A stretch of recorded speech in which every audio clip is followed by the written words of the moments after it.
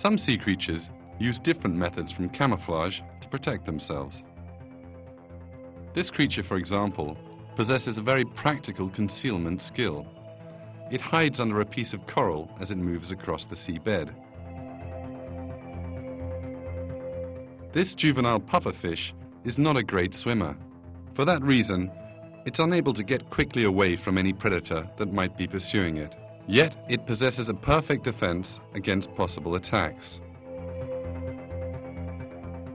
When danger approaches, the puffer swells up. Unable to swallow the fish, which grows really quite large, the predators will generally leave it alone.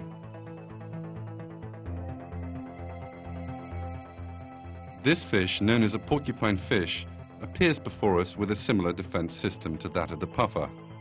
Larger than the puffer, the fish has horizontal spines on its skin. When it senses danger, the fish immediately swells up to several times its normal size.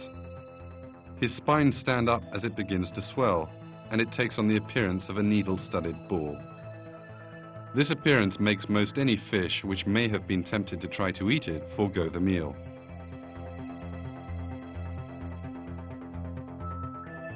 When we think about it, we can see that the defense methods these fish possess are intelligent and expertly planned conceptions. A pufferfish or a porcupine fish possesses both a body system specially planned to deter enemies and the reflexes which enable it to use this when just necessary. It is impossible for these creatures which have no intelligence or consciousness to bring about such a design within their own bodies, nor to come into possession of the appropriate reflexes. It is clear that these creatures were created together with these properties. Lord of all nature, God, gave these creatures their formidable biological defense mechanisms, in the same way that He endows all living things with the qualities they need to adapt and survive in their surroundings.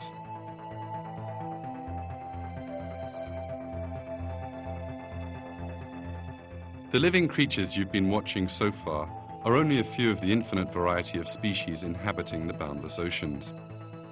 Thousands of other species of sea creatures are endowed with equally unique and effective means for self-defense.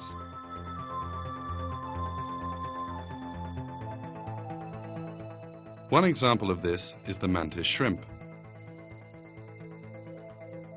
The mantis shrimp, with its rather showy appearance, lives in a shelter it digs under the sand.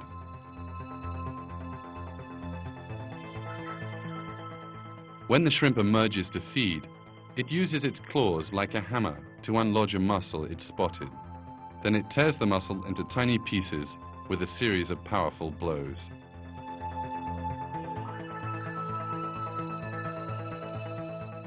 At this time, it's aware of the octopus which is approaching.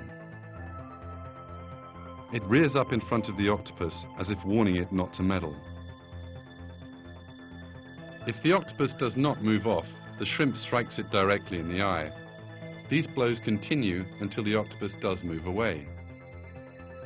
The shrimp acts as if it understands that the eye is the most vulnerable part of its opponent's anatomy and directs its blows accordingly. The shrimp follows the octopus until it's sure that it has, in the face of this attack, moved on before returning home.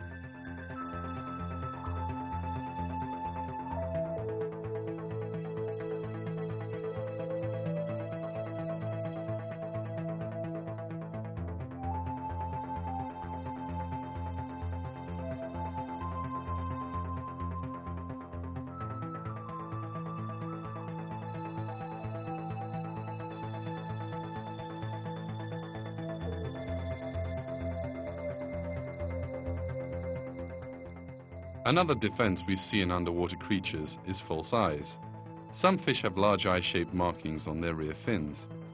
These markings have the effect of making them look bigger than they actually are. Furthermore, it diverts the enemy's attention towards its tail, instead of the more vulnerable head area, which can provide the vital seconds needed to escape. The actual eyes are also camouflaged with a thick black stripe. Of course, this design cannot be the work of mere coincidence, but has been specifically created for the protection of these creatures. It is not possible here to distinguish between this fish's head and its tail. The false eyes at its rear are a perfectly designed means of defense. But what is more surprising, the creature whose fronds it is swimming between is not a plant but a seahorse.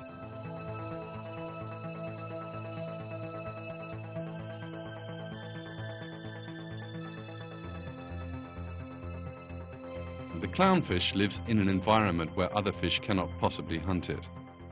The sea plant it's happily swimming about on is actually armed with extremely poisonous venom that can paralyze any life form touching it.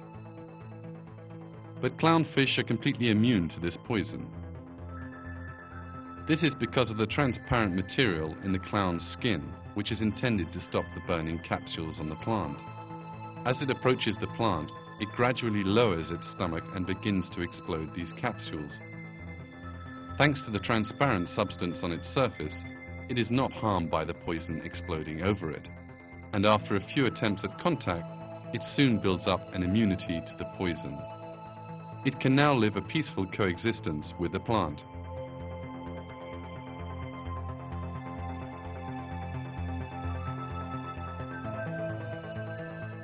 To propose that camouflage, changing shape, and dozens of other kind of defense systems came about with experience over time or as the result of coincidences seems neither logical or intelligent.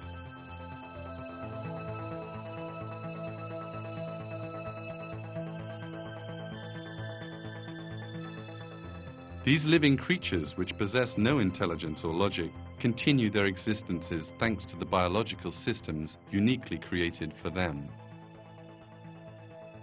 It is only the Almighty God who endows them with their special properties and installs them in the places where they live. He tells us of this truth in a verse of the Qur'an. Your Lord is the preserver of all things.